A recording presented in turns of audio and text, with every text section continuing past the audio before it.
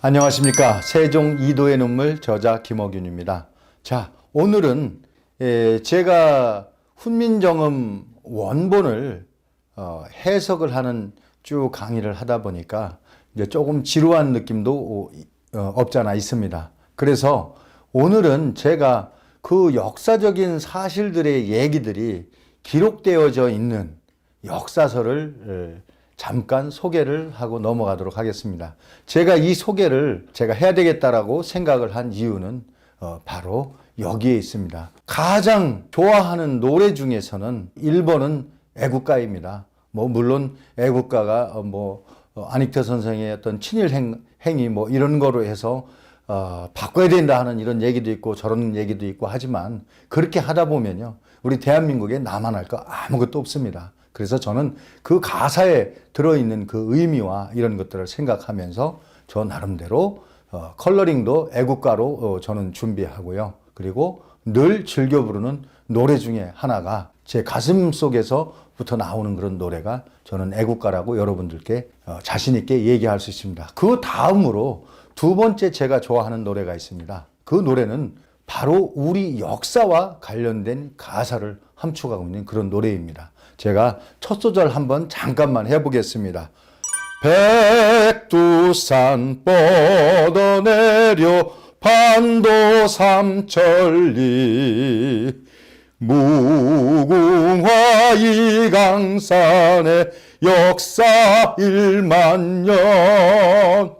자, 우리 이 노래에서 주는 교훈이 있습니다. 우리가 1600년대 1700년대에 문자나 활자들을 이용해서 우리 기록들을 많이 남기기 시작했습니다. 그래서 실제로 우리 대한민국에 보유하고 있는 금속 활자체나 목판 인쇄물 이런 것들이 세계에서 가장 최초로 만들어진 그런 유산들이 많이 있습니다. 그 이후에 우리가 여러 가지 우여곡절을 겪으면서 우리 조선의 힘이 점점 쇠약해졌고 결국에는 일본에 의해서 나라를 침탈당하는 이런 결과까지 초래하게 되었습니다. 자, 그때도 우리 선조들은 우리의 기상을 잃지 않기 위해서 노래 혹은 구전 여러 가지 방법을 통해서 우리의 기상을 알리려고 노력을 하였습니다. 특히 독립운동을 하셨던 모든 애국지사분들이 항상 마음속에 새겼던 그 두 글자는 바로 대한국, 백두산, 무궁화, 역사로는 1만년 이런 내용들을 많이 강조하셨습니다. 자, 제가 오늘 잠깐 한 소절만 해드렸던 이 노래는요, 원 제목이 조선의 노래고요. 그리고 이 노래는 우리가 잘 알고 있는 노산 이은상 선생님의 작사하셨고요. 이은상 선생님께서. 그리고 우리가 잘 알고 있는 현재명 선생님께서 이 노래를 불러서 우리가 어렸을 때 특히 이제 우리 여자아이들이 고무줄 놀이를 하면서 민가 어린이의 노래처럼 이렇게 구전으로 전해져 내려왔습니다. 반갑게도 얼마 전에 모 프로그램에서 이러한 가사집을 발견해서 TV에 소개하는 그런 프로그램이 있었습니다. 저는 얼마나 반가웠는지 모릅니다. 자, 그 다음으로 이어지는 가사가 대대로 이어지는 우리 삼천만 복대도다 그 이름 대한이로세 이런 가사입니다. 그리고 2절에서는 삼천리 아름다운 인해강산에 억만년 이어나갈 배달의 자손. 자, 여기에서도 배달의 자손이 나옵니다. 그리고 1절에서는 1만 년의 역사가 나옵니다. 자, 실제로 첫 번째 1절에서 반만 년이라고 표기했던 그 가사는요, 실제 원본에서 그 가사가 씌워질 때는 1만 년이라고 씌워졌던 것입니다. 왜? 그분들께서는 이미 우리 상고사에 대해서 어렸을 때부터 어른들로부터 할아버지, 아버지로부터 그런 얘기를 들어왔기 때문입니다. 그래서 우리는 심지어 TV가 처음 세상에 소개되어졌을 때 배달의 기수라는 그런 프로그램도 있었습니다. 우리가 어떻게 이 땅을 지켜왔는가를 여실히 증명해 줄 수 있는 전쟁 영화라든지 혹은 위인들을 소개하는 그런 프로그램이었습니다. 그런데 작금에 와서 과연 우리들이 그런 가사, 그런 프로그램들을 접할 기회가 한 번이라도 있었나요? 거의 그런 구전, 동요 이런 것들이 다 사라졌습니다. 특히 우리가 그 일제강점기에 가장 많이 불리웠던 노래가 바로 전봉준 선생님을 기리는 노래였습니다. 그 노래는 녹두꽃의 노래라고도 하고 새야새야 파랑새야라고도 했습니다. 자, 한 소절 소개해드리면 새야새야 파랑새야 녹두밭에 앉지 마라 녹두꽃이 떨어지면 청포장수 울고 간다. 자, 이 노래는 우리 민중의 신금을 울리는 노래였습니다.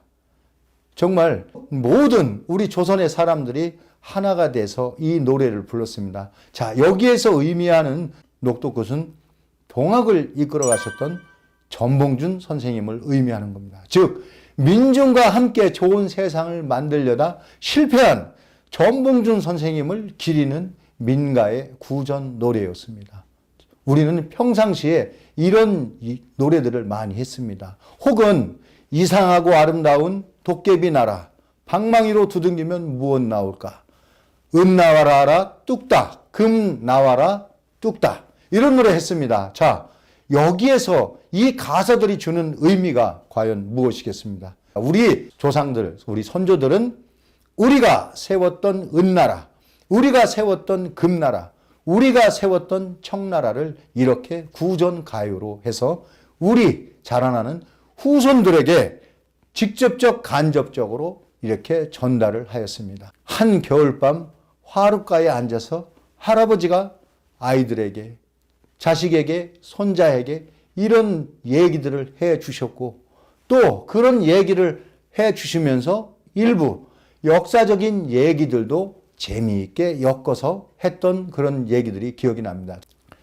우리의 역사가, 우리는 배달국의 자손이다, 우리는 배달의 자손이다, 이러한 얘기를 많이 듣고 자랐습니다.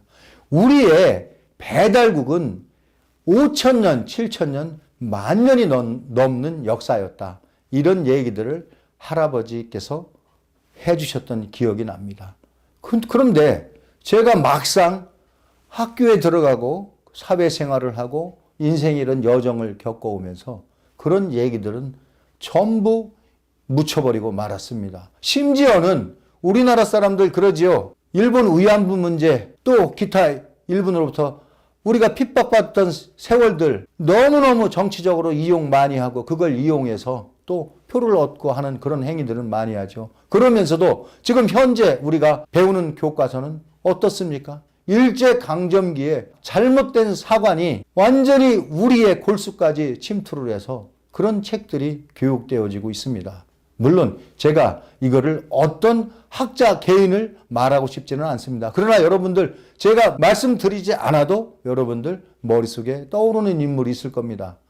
왜? 그분이 학론이 우리 역사에 얼마나 큰 영향을 미쳤는지 모릅니다. 결국 우리 후손들은 훈민정음뿐만 아니라 역사에서 있어도 완전히 왜곡된 교육을 지금 받고 있다고 말해도 과언이 아닙니다. 우리 역사, 우리 상고사 바로 찾아야 됩니다. 일전에 제가 상고사를 연구한다고 하시는 선생님을 한번 찾아뵌 적이 있습니다.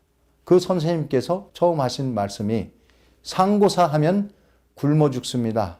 겨울에 얼어 죽고 굶어 죽고 하는 사람들, 우리 상고사 연구하는 선생님들입니다. 이 말씀을 해 주셨습니다.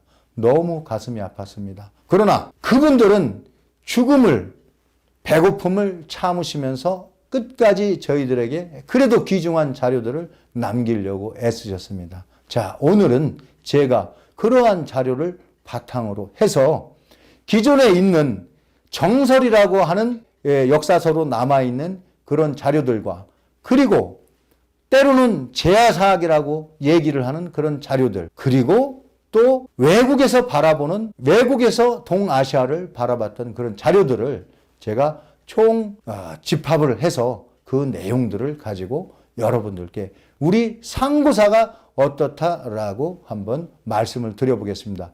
제가 드리는 말씀은 소위 얘기하는 정설은 아닙니다. 그러나 여러분들께서 충분히 고민해 보시고 연구해 보실 가치가 있기 때문에 제가 오늘 이 소개를 해 드리는 것입니다. 그래서 제가 오늘 이 강의는 여러분들의 그 머릿속, 뼛속 깊이까지 파고 들어가 있는 식민사학에 찌들어 있는 그런 내용들을 단 하나, 실오라기 털을 하나의 크기밖에 되진 않겠지만 여러분들의 작은 세포 하나를 터치하는, 건드리는 그런 강의가 되기를 바라면서 제가 여러분께 강의를 시작하도록 하겠습니다.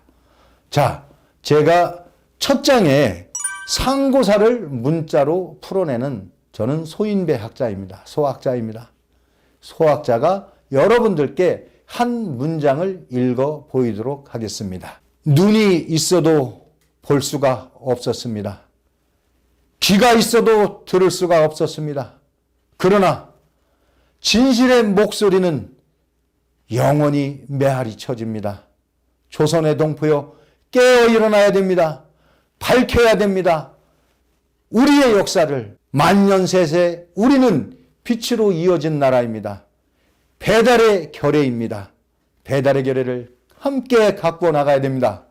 역사의 큰 물이 흐르는 것처럼 우리는 그 여정에 실려가며 내가 살아있다는, 내가 숨을 쉬고 있는 그 한순간까지 우리 상고사를 함께 찾아내고 연구해 봅시다. 자, 그러면 상고사를 제가 제목을 문자로 풀어 헤친다 라고 제목을 붙였습니다. 자, 역사를 보는 관점은 여러 가지 학설들이 있습니다. 그 중에 가장 대표적인 역사를 보는 학설, 그리고 지금 현재 가장 많이 선호하는 학설은 역사를 보는 관점을 사실의 학문, 즉 실증주의 역사를 독일의 랑케에 의해서 우리에게 역사를 소개하고 하는 그런 형태의 학문이 지금은 우세한 현실입니다. 자, 그러나 이러한 내용들도 중요하지만 역사는 어떻게 보면 역사를 써내려가는 해석의 학문일까라는 그런 문제도 고민해 봐야 됩니다. 자, 어느 기록이 옳으냐, 옳지 않느냐를 연구하면서 특히 간과해서는 안 될 것은 이러한 모든 내용들을 종합해 봤을 때 무엇이 진리이고 무엇이 진리가 아니냐를 따지는 것에 끝내지 말고 누구의 가설이 더 설득력이 있고 합리적인가, 설득력이 있고 합리적인가를 따지는 것이 역사를 바로 연구하는 사람들의 자세가 아닐까 생각합니다. 제가 이렇게 서두에 역사를 어떻게 합리적으로 볼까 하는 관점에 대해서 제가 강조를 하면서 다음 장을 보도록 하겠습니다. 자, 우리 상고사를 보는 관점은 여러 가지가 있습니다. 그러나 불행하게도 우리는 우리의 역사서보다는 가까운 이웃나라, 가까운 형제의 나라 중국의 역사서를 가장 기본으로 삼고 있습니다. 자, 제가 몇 개의 역사서를 소개해드리면 사마천의 사기는 이미 이제 정설로 얘기가 되어져 있고, 그 다음에 반고의 전한서, 범협의 후한서, 진수의 삼국지, 방현령의 진서 등등 해서 구양수의 구당서, 구양수의 신호대사, 설거정의 구대사, 탁극탁의 송사, 뭐 이러한 역사서들, 중국의 가장 역사서로서 가치가 있다라고 사람들이 말하는 중국 25사를 기준으로 한다라고 해도 과언이 아닙니다. 자, 그러면 우리는 우리의 상고사를 알아볼 수 있는 역사서가 과연 어떤 것들이 있을까요? 일단은 그 역사서가 우리 지금 학계에서 정설로 받아들였는지 아닌지 따지는 게 중요한 것이 아닙니다. 그 기록을 보고 연구해 나가고 다시 관점을 더 확대해서 볼 수 있는 관점을 키워나가는 것이 더 중요하기 때문에 제가 우리 상고사로 명명되는 몇 가지 저서들을 소개해드린다면 안암로 원등 중의 삼성기, 이암의 단군세기, 범장의 북부여기, 이백의 태백일사, 이러한 역사서들이 있습니다. 물론 제가 세종 이도인의 물 훈민정음 해례를 소개해드릴 때 바로 이암의 단군세기나 이맥의 태백일사 등을 제가 소개를 했던 적이 있습니다. 거기에 가림토라는 문자를 예를 들어서 했죠. 물론 그것이 맞고 안 맞고가 중요한 것은 아니다라고 제가 서두에 말씀드렸던 것처럼 그런 연관성들은 우리가 한 번 더 고찰을 해봐야 된다라는 생각은 가지고 있습니다. 그리고 다음으로 또 우리가 알려진 상고사는 신라의 박재상이 저술한 부도지를 들 수가 있습니다. 자, 이 부도지는 정말 우리가 상상도 못할 그러한 얘기들이 수록이 되어 있어서 현재는 학계에서 정사로 또 인정은 않고 있습니다. 그러나 우리 지금 학계가 사실은 잘못되어진 길을 갖고 있고 식민사관에 찌들어 있기 때문에 학계의 말을 100% 다 수용할 수는 없습니다. 그래서 저는 여기서 학계든 비학계든 아니면 제야학계 등의 얘기들을 전부 여러분께 소개해 드리면서 여러분들께 그것이 어떤 것이 좋은 관점에서 관찰을 잘한 내용인가는 여러분들께 판단할 수 있도록 여러분들의 과제를 드리도록 하겠습니다. 자, 그러면 오늘은 얘기를 여기서 그만 줄이기로 하고 다음에는 본문에 또 들어가면서 여러분들과 진짜 올바른 역사 얘기를 해보도록 하겠습니다. 자, 지금까지 세종 이도의 눈물 저자 김허균, 그리고 문자로 우리 상고사를 풀어보는 소학자 김허균이 여러분들께 역사에 대한 얘기를 들려드렸습니다. 그럼 다음 시간에 뵙도록 하겠습니다. 감사합니다.